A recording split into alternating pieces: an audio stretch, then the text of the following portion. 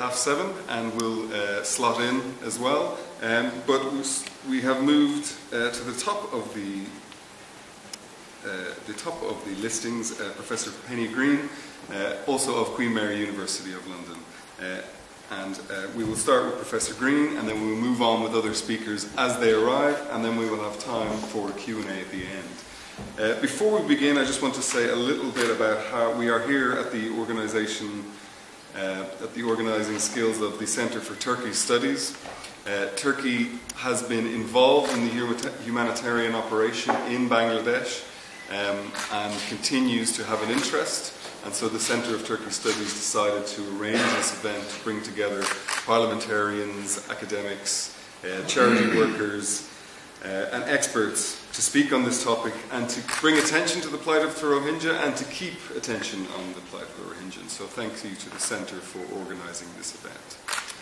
I will now hand you over to Professor Penny Green. Thank you, Tom. What's the report? Thank you and good evening. This is a little spontaneous. I'm very happy to be here though. And thanks to the Turkey Centre for, the Centre for Turkey Studies for organising this event. Tom and I and our colleague Alicia Delacour-Venning have not long returned from the camps in Bangladesh. But I want to start by talking about what we call the genocide of the Rohingya and why we call it a genocide. Because I think that this is a rather muddied debate, especially the way in which the term ethnic cleansing has been bandied around. And I think that, so I will talk to you about our understanding of what genocide is and the research that we have done in order to bring us to this position. I'm also the director of the International State Crime Initiative. And in 2012, we were involved in a project, a comparative study of civil society resistance to state violence. And we were looking at 6 different countries, and one of those countries happened to be Myanmar. So that was our first introduction to Myanmar, and we were interviewing very brave and courageous human rights activists who had struggled against the regime and who had spent many, many years in the regime's jails. But while we were doing that particular study, we had the opportunity to meet a group of Rohingya activists who were in Yangon, who had come from northern Rakhine State. And they told us what had been happening inside northern Rakhine State, of the levels of persecution. They talked to us about the massacres that had taken place in June and October 2012 in Sittwe, the capital of Rakhine State. And so we became very concerned, and we thought that this was something that we needed to investigate. So we came back to the UK, applied for a grant, and went back, and we were successful. And then we went back to Myanmar, specifically to Rakhine State, to undertake research examining the question of the nature of the persecution that the Rohingya were experiencing. So what we did was we conducted interviews in the camps. There are approximately 120 to 140,000 Rohingya in detention camps now in Sittwe. Those camps arose when Rohingya fled their burning homes in 2012. There are 4,500 Rohingya remaining in the capital, Sittwe. They live in a ghetto called Ongmingala. This is a ghetto that has 7 checkpoints policed by the security forces, and people can't leave. There are also what we call prison villages. There are some villages where Rohingya still live in certain village tracts, but they are prison villages because, again, the Rohingya are unable to leave those villages for fear of violent attack. So that was the situation that we met when we went back in 2014, and Tom and Alicia spent 4 months on the ground. I spent some 3 weeks there. But our concern was to interview as many people in the community as possible. The Rakhine were the acknowledged perpetrators, the immediate perpetrators of the violence in 2012. The Rakhine are the dominant ethnic group in Rakhine State. They're about 2/3 of the population. They were about 2/3 of the population. Now they're almost 90%, because the Rohingya have left. And I'll talk about that in a moment. But the research that we wanted to conduct was, we were examining whether or not this persecution could be understood as a genocide. Because we're state crime scholars and we are genocide scholars, it had the hallmarks of a genocide. So we used a framework developed in part by Daniel Fierstein, who uses a stagist approach to understanding genocide, and we benchmarked our findings against historic genocides, such as that in Rwanda and in Nazi Germany. These stages effectively begin with state practices, institutionalized practices of discrimination and dehumanization.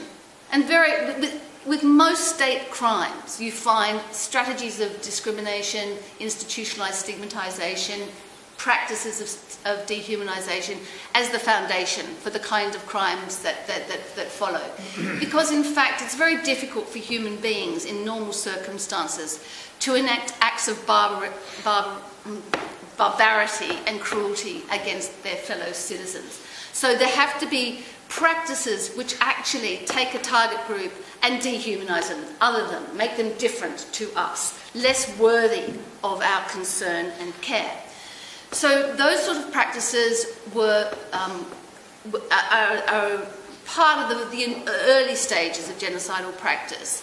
Fierstein then talks about how those stages segue into a more physical form of harassment. And that harassment is not only sporadic instances of sporadic violence, but it also includes the denial of civil rights. Once those rights are denied and people have been dehumanized, there's a stage at which the state encourages violence against the target group. And so the violence takes place, and it's normally, in this case it was the Rakhine who perpetrated the violence against the Rohingya. It's almost to test the population's capacity to engage in violent behaviour. And so that was what we also were investigating. The stage after that, and which is very relevant to the stage prior, is that of physical and social isolation. After physical and social isolation, it becomes much, much easier to target that particular group that's been physically and socially isolated, and then weaken them.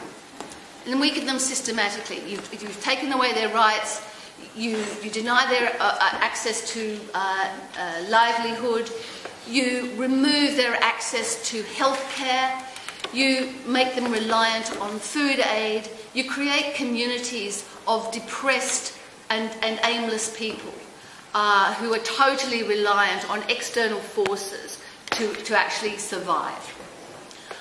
And that was the stage at which we entered Rakhine State. That stage, that fourth stage of systematic weakening.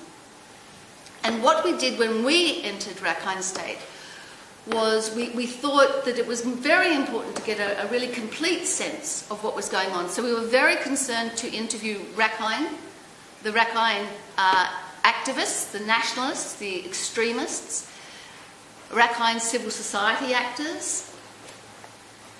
We were very concerned to interview local business people, international NGOs, and other key players in the community. And most specifically, we were very keen to talk to the Rohingya themselves. So we got into the camps. I think it's very difficult at the moment to get into camps. We're hearing the journalists like Alex Crawford having difficulty getting into the camps. But we got into the camps. It wasn't particularly easy, but we did it. And we interviewed 176 people altogether, and actually more later. And so we based our analysis on those interviews and our observations in Rakhine State in 2014-15. So what we found when we entered the camps were indeed a long history of institutionalised discrimination.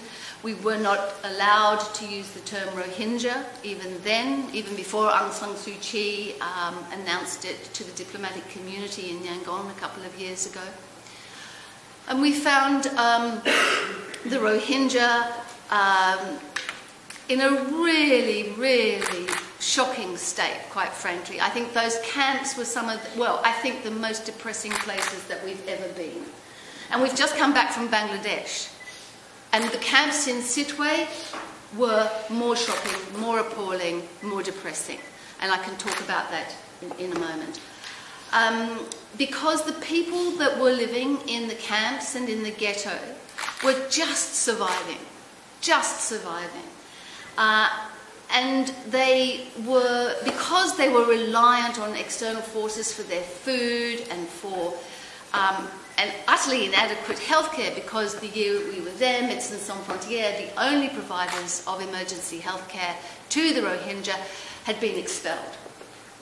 And so, I mean, this was a state action, very clearly a state action to deny and to weaken, clearly to weaken the Rohingya communities in the camps, in the ghetto and in the prison villages. So those camps, people were living what Giorgio Agamben would call a bare life, or Claudia Card would describe as social death. And these are facets of genocide. There were two stages remaining, in effect. The next stage, the stage after systematic weakening, is mass destruction, annihilation. And the stage after that is the way a society reorganises itself once the target group is gone. So how do you rewrite history? How do you sort of, that you physically remove them, but how do you remove them from history, and how do you remove them from the social structures that they were once central to? But we saw elements of both those, the idea of destruction and the idea of social reorganisation already happening. Because at the time that we were there, and one of the issues that our research was challenging was to see the Rohingya simply as a humanitarian crisis. Because that was the point, if you'll remember, in May 2015, when the boats fleeing Rohingya were stranded in the Andaman Sea. The Thai traffickers who were transporting them were in fear of arrest, and so they abandoned the Rohingya in rudderless boats, motorless boats, and they were left drifting in the sea without access to food or water or any safety at all. And the international community, the press, politicians, referred to this as a humanitarian crisis. And our point is and remains that the reason there is a humanitarian crisis is because of systematic state crimes and the systematic state crime of genocide that's been taking place and perpetrated by all levels of the Myanmar state. By the military, who, we can talk about the recent clearances since October 2016 and more actively since August of this year.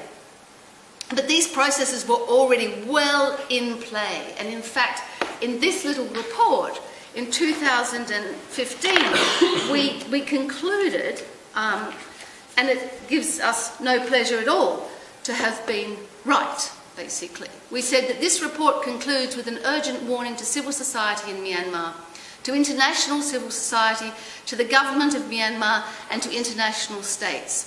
A genocidal process is underway in Myanmar, and if it follows the path outlined in this report, it is yet to be completed. It can be stopped, but not without confronting the fact that it is indeed a genocide. Now, very, very few people, and certainly no governments at that point, were prepared to declare this a genocide. And the reason that they won't and continue to deny that it's a genocide is because once they do make the determination that a genocide is taking place, the convention obligations kick in and states are obliged to intervene, to prevent and to punish. Now, it's all over for the Rohingya in that regard. There is no preventing this genocide. It's taken place. The destruction of in whole or part of a national, racial or ethnic group has taken place. That's the basic definition of genocide. And that kind of destruction, that level of annihilation, doesn't have to result from mass spontaneous killing. Most people have an image of genocide, of something happening rather quickly, spectacularly, and involving hundreds of thousands dead. The genocide for the Rohingya has involved many thousands dead, but it has also involved the complete fragmentation of that community, the complete loss of the Myanmar Rohingya identity through mass flight. So we now have potentially 1 million people in Bangladesh. Some people fled earlier than the most recent exodus, but there are about 1 million people in this extraordinary camp in southern Bangladesh. And for us, that's the consequence of a genocide. They are no longer attached to land. They are no longer attached to the mosques that they built. They are no longer attached to their farmland and their livestock and the cultural points of reference that they have built over centuries. They have been removed from all of that, and that is textbook genocide. And I think it's really important to understand that. And we went back recently, and I don't want to speak for too much longer. I don't know, Tom, how we're going. And we went back recently, and it was clear from our interviews, we interviewed some 45 Rohingya who had fled the recent violence, and we talked to about 70 people altogether in some depth. And all of the people that we spoke to were deeply traumatised. And they all talked about wanting one day to return to Myanmar because that was their home and they are Myanmar Rohingya, despite what the Myanmar state continues to say. So I think it's really, I wanted to give you some sense of context about the process of genocide, so that, because I think we have to fight against this determination of ethnic cleansing. You might say ethnic cleansing is involved, but it's much more than the mass displacement of thousands and thousands of, hundreds of thousands of people. It's much more than that. It is the destruction in whole or part of a particular ethnic group. And that's what we face. And I think we really have to confront it if we want to do anything serious for the Rohingya. And talk of a repatriation process, the apparent deal that has been signed between Bangladesh and the Myanmar government, actually fills us with horror. I think this is absolutely nothing to celebrate. This is a very dangerous agreement. The idea that the Rohingya are being invited back to Myanmar, we have to ask to what? Their homes are destroyed, their villages are destroyed, their communities and mosques are destroyed, and they would be returning, if indeed they were allowed to return, on very particular terms which will exclude them from citizenship rights and all other civil rights. There is no future under this regime, I believe, for the Rohingya. So I think if I end there, I'm sorry I've spoken probably too much. Oh, great. Thank you very much. And I think we'll leave the Q&A for the end, and then we can direct questions at the panel or at specific individuals if you prefer. I would now like to invite Yasmin Qureshi, MP for Bolton South East, and the Shadow Minister for Justice.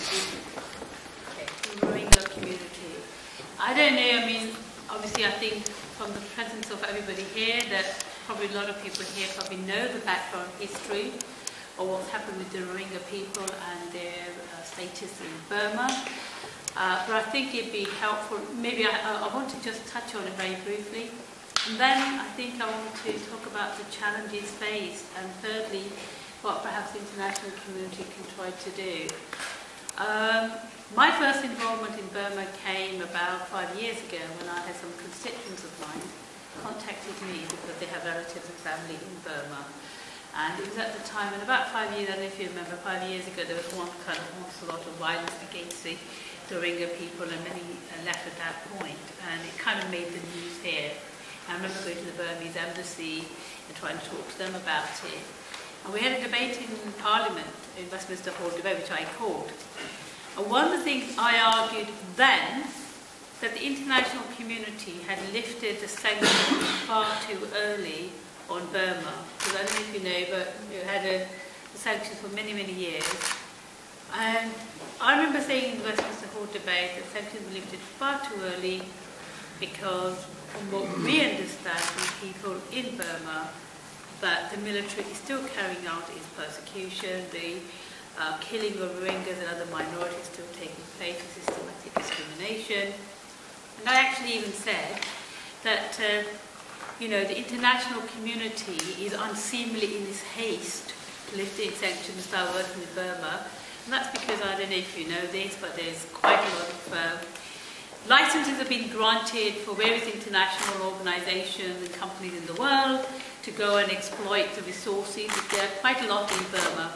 And of course, to continue to sell them arms, which is another thing I said, you shouldn't be selling it to them. You know, until we know until they've actually have changed. But sadly, no country in the world was willing to even bother about that because they wanted to obviously make money from selling arms. And of course, they all wanted to exploit, or, you know, get in the economic boom of Burma. So sadly, the international community and our country as well, everybody just turned a blind eye on it. And it's a shame because no one in the world actually spoke up and said, you know, what we do with Burma, the way we're approaching it is wrong. And therefore, you know what you're saying about prediction that you could have made. Well, some of us were making predictions 5 years ago of this kind of possibility. But, you know, we were told, oh no, we're working with the military government, and Aung San Suu Kyi now councillor, and everything's going to be perfect in Burma. Well, again, some of us raised the doubts about that. And recently, with what's happened now, you know, the big escalation, where there is evidence, real evidence, satellite evidence, cogent evidence to show that not only ethnic cleansing but genocide is taking place to the Rohingya people. Yet again the international community is completely silent. And I know in October, I'm not saying this to me, I brought an urgent question into Parliament about this.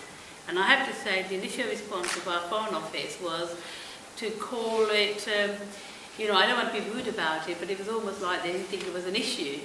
Then eventually when they started seeing more images, they started debating this as an issue. And last week at Foreign Office Questions, I said to Boris Johnson, I said, look, in light of the evidence being produced, there's a clear ethnic cleansing and genocide taking place. When are these people going to be prosecuted in the international criminal courts about it? This is in Hansard records. And Boris said, yes, we agree with ethnic cleansing, but on a genocide it's a little bit technical. There is some evidence. We have to be careful how we define genocide, because obviously for all the reasons that you said, they don't want to accept that there is a genocide. I recently come back from Cox's Bazar about 2-3 weeks ago, and I saw the refugee situation. I mean, it is absolutely appalling. I think that day about 700,000 people had arrived. They're all contained within a quite small space. You've got these little tents. Well, some of them are not even tents, like, you know, they're basically where there's a wall, right? They've just put a sheet on that and then covering their heads, and the families kind of hiding behind, you know, seeking protection under one sort of sheet. And the little camps, everybody's little tents are next door to each other. Heaven help us if a fire gets set off in one bit. It could burn the whole long area. You could have thousands, 100,000 people die quite quickly just with that.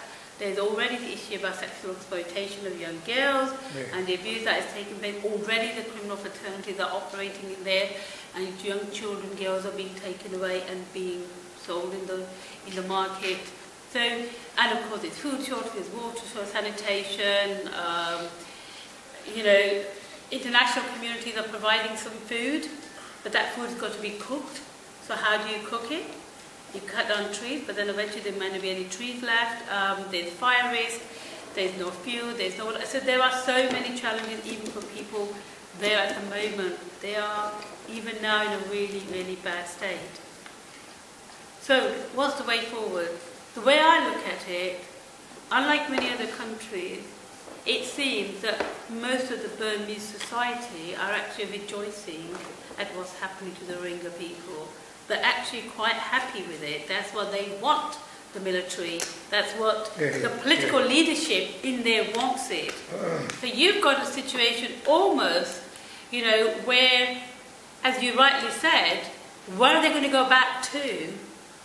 Are they going to be, you know, it was like as one of the generals said, this is unfinished business, and is it going to, they're going to come, when they come back, when they completely finish them off. But they do want to go back, but they want to go back, as I say, with citizens. And they have a right to have citizenship. They, contrary to what some of the Buddhist government, the Burmese government is saying, these people have been there for centuries. So they're not Bengalis or Bangladeshis. They are from the Rakhine state. And in the old history, pre-wars, 1947, Rakhine was part of Great Britain colony territory, so it was part of the Indian Raj. We had control of India and Bangladesh, but Rakhine was part of that. And therefore, they've been part of Burma for centuries and centuries, and they've got to have the right. Now, Aung San Suu Kyi sort of even denying that this problem even exists. So if that's the kind of level of political leadership you go, and the military are going killing people, I personally don't see at this point in time any, if they went back, they would be any more safer. Now maybe the way to do it is, if there is, and I would urge is perhaps UN peacekeeping forces deployed there, so that when the people return back to that part of Rakhine, there is the UN troops protecting them against further assault and killing by the Burmese government. And I think unless the UN do that, and there is somebody to protect these people, I don't think there's any, what they're going to go back to. We've heard about all the rapes and murders, and we saw when I spoke to people, you know, what had happened to their families. Only 2 weeks ago, I was in Bangladesh, 2 or 3 weeks ago.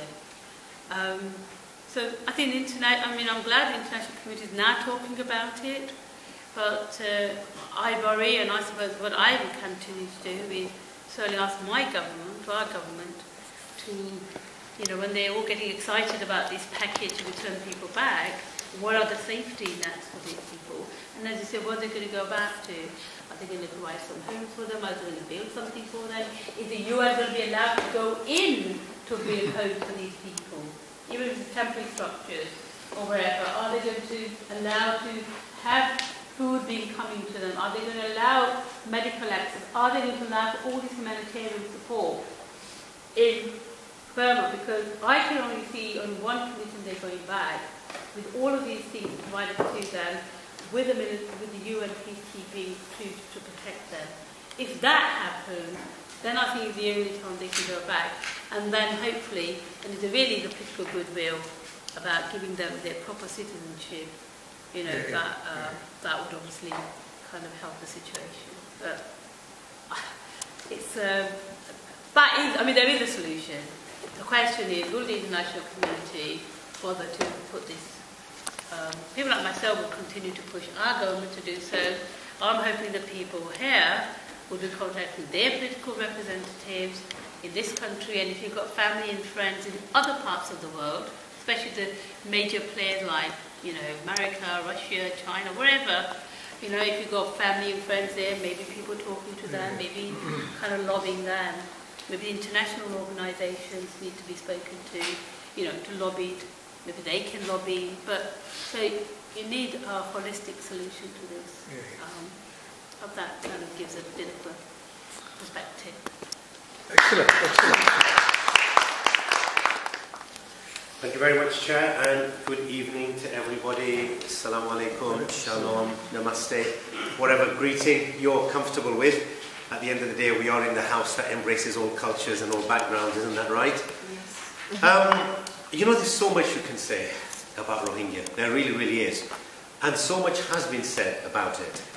And bearing in mind that no doubt you'll have so many fantastic questions for the room to discuss in the panel, I won't speak for too long, other than some really fascinating insight analysis that I've come across to do with the definition of genocide, because that's one of the real hot topics in this discussion and debate. And what I genuinely believe now has got to be the way ahead. The tragedy has occurred, it is still occurring. Our priorities surely have got to be to reduce the extent of that tragedy, critically to hold accountable those people who stood idly by or worse still were complicit in that tragedy, and most of all, perhaps get the Rohingya back to where they were before this tragedy occurred. You know, Burma, Myanmar, call it what you want. In 1948, it joined the UN. In 1948, it was the 58th member state. This is not a country that joined the UN last year, or the year before, or the year prior. So for the UN to say about one of its own members, which has been with it for over 50, 60 years, that this is a textbook example of ethnic cleansing. And I know these words have been said probably today many times over, but they can't be said enough. For a body as serious as that, as credible as that, which is not known to jump the gun and quickly say ethnic cleansing about anything, for it to say that really does mean something about a member state that incorporated its involvement in the organisation from 1948 onwards. And that's why it's all the more painful that the Pope couldn't specifically reference Rohingya Muslims in his talk not so long ago. That's why it's all the more painful that Theresa May cannot bring herself or our government to outright condemn what is going on, to outright condemn Aung San Suu Kyi, and to outright say these people should be held. In my view, definitely, the people behind this should be subject to war crimes legislation, definitely. How much more proof do we want? You know, people think the Rohingya have been around for like 10 years, 20 years, 30 years. These people have been in Burma, in Rakhine, definitely, since the 15th century. They're the descendants of Arab traders, Arab businessmen, people who visited that part of the world. This is not an ethnic grouping which has been around for 20, 30, 40, 50 years. Granted, it's continued its own language. Granted, they are by and large Muslim, though some are Hindus as well and other faiths, as you know. But the fundamental reality is, for centuries they have been in that country. And for centuries they have been denied the right to vote, the right to public services, decent schools. They are stateless for all intents and purposes. They are not even recognized as citizens of that state. Yet they have lived there for hundreds and hundreds of years. Just think about that. Somebody, a grouping lives in our country for a few centuries, and it can't even be termed as a British citizen. Forget the passport issue for a second. It can't even be termed as a basic British citizen. It's a phenomenal state of affairs. I mean, you all know the sheer number of refugees who have fled to Bangladesh and to Thailand and to Malaysia and to all countries in and around of Myanmar, Burma. But one statistic stands alone, which is we are almost approaching. If you look at the ethnic composition of the Rakhine and the Rohingya, they're about 1.2 to 1.5 million in total. This is not 50 million race or anything like that. Yeah? If you look at the specific part of Burma that we're focusing on, and something in the region of 800,000 to 900,000 refugees are currently in Bangladesh. So almost an entire ethnic grouping has been wiped out here. The military strategy, and I'm afraid to say the Burmese government strategy, has been simple, which is either one, wipe these people out, or two, make life so unlivable that they will leave anyway. And that's basically been the conundrum. And it's a horrid conundrum for any human being to face. 288 villages totally destroyed. Not one, not two, not five, not 10, 288 villages totally destroyed is extraordinary. And if I read for you from the UNHCR, just one specific statement of analysis on the back of hundreds of women they interviewed and hundreds of men, you completely get this, though I know you know it already. When they interviewed hundreds of refugees, they largely concluded that beyond gang rape, mass killing, killing of children, nearly half of the hundreds of people the UN interviewed said family members of theirs had been killed. Half of the women interviewed stated that they'd been raped or sexually assaulted, and the report described sexual violence as massive and systematic, including the army, the police, and anyone else you care to imagine. So it is a truly horrid state of affairs, to say the least. And the refugee numbers have been covered again and again and again, but there's been times when 10,000 refugees every single day have been arriving in Bangladesh. Every single day. I mean, which country can possibly cope with that sort of stuff? And I share the views of the panel, which is, Rex Tillerson can say what he wants, which he has. The Foreign Secretary of Bangladesh can say what he wants. They can try and allocate parts of Bangladesh to the Rohingya, but I don't care which country you give me. If you've taken my land away, I want my home back as it was before it was taken away. That's the truth of the matter, isn't it? So the international community, and particularly the Burmese authorities, have a responsibility incumbent upon themselves to restore for the Rohingya, every single one of them, what they had before this state-sponsored ethnic cleansing. And on that, I just want to touch on Article 2 of the Genocide Convention, because I know our government is really resistant to call this genocide. I know many other political leaders won't call this genocide. Shall we just look at the definition of genocide? And you can decide for yourselves whether what has happened is genocide or not. So here's what the convention says. Any of the following acts committed with intent to destroy, in whole or in part, a national, ethnical, racial or religious group as such, killing of the members of the group, causing serious bodily harm, mental harm to the group, deliberately inflicting on the group conditions of life calculated to bring about its physical destruction in whole or part. Now, the facts of the matter prove on the ground that far worse than this has happened. The UN, Human Rights Watch, countless international agencies have confirmed the sheer rape, abuse, murder. There are incidents of babies being thrown into houses which had been set alight. Young kids actually being thrown into houses that had been set alight. I read an account of one mother who was on a boat trying to get away from Myanmar to another country. And her son fell off the boat, her child fell off the boat. And she goes, the next thing I saw was the body floating on the water. It's a horrid state of affairs. So to conclude, what really now needs to happen? Well, for starters, it is just not good enough for Theresa May to say the following, which is that the violence in Rakhine has got to stop and that the UK has suspended training activity. That's not good enough. That's barely the beginning of all of this. These are the sorts of things, in my view, these 7 things to conclude on, I think must now happen. And we have to lobby as hard as it possibly takes, and we have to shout and scream as much as we need to get them done. And in that respect, Yasmin and many others have done a brilliant job. Number 1, there's got to be access to full humanitarian relief in all affected areas. The Burmese military is still stopping humanitarian relief going to certain areas. Not that there's a huge many Rohingya left now, because so many have fled. But to every area possible, humanitarian relief has got to be accessible, and the international community has got to play a huge role. International observers have got to be allowed everywhere before the traces of war crimes are covered up. That's critical too. Unequivocally, the United Kingdom's government and many others should condemn Aung San Suu Kyi and also the military as well for all of their actions. We must call this out for what it is, which is ethnic cleansing and genocide. The UN should be involved in a serious capacity as a peacekeeping force to now see the Rohingya return back to their homes. And if the Burmese government refuses that, serious international sanctions should be posed, which I'll come back to in a second. All Rohingyas have got to be rehoused back originally where they were, in the communities they were, and that cost must be paid for primarily by the Burmese government. Aung San Suu Kyi has got to have a Nobel laureate removed. There is no way. When the city of Oxford withdrew the freedom of the city from her, it was a strong message. She's not fit to have these sorts of honours and designations, and the Nobel Committee surely has got to take that away from her. War crimes must be placed, as I say, against military leaders and anyone complicit in this. And there's been not enough talk of sanctions, in my view, internationally. The UN hasn't had any serious discussion about sanctions to do with Burma. I know the odd individual has said something here and there, but that's very different to a committed committee working out what kind of sanctions should be levied. And the UK government has barely uttered those words.